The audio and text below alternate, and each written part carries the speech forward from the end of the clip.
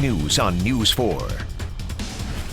And breaking news at this hour, the U.S. Attorney of Middle Tennessee telling News 4 investigates that a multi-state investigation is underway to find out if a truck driver has victims throughout the Mid-South. It comes as that truck driver, Roy Nellsch, appears before a federal judge tonight on new charges. Let's go live to Chief Investigator Jeremy Finley at the federal courthouse. Jeremy, they're calling this man a danger to society.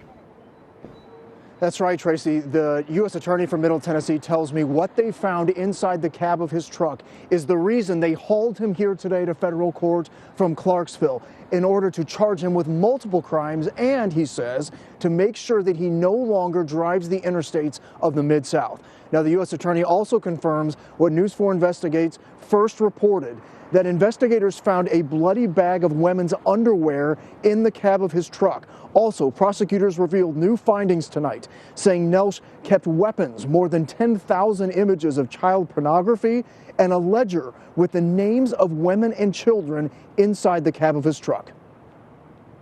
This case is disturbing on many levels, Jeremy, and of course what we've done so far is all we can talk about, but the investigation absolutely continues, and there's a lot of disturbing aspects of it.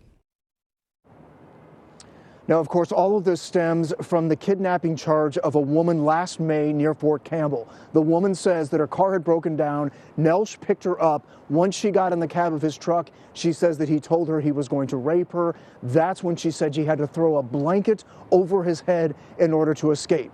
The U.S. Attorney tells us that the reason that they have now launched this widespread investigation is to try to figure out who those articles of clothing belong to, and also to try to figure out who were these people that he had on this ledger, the names of women and children that he had inside his cab. A lot more to come on this. Tracy?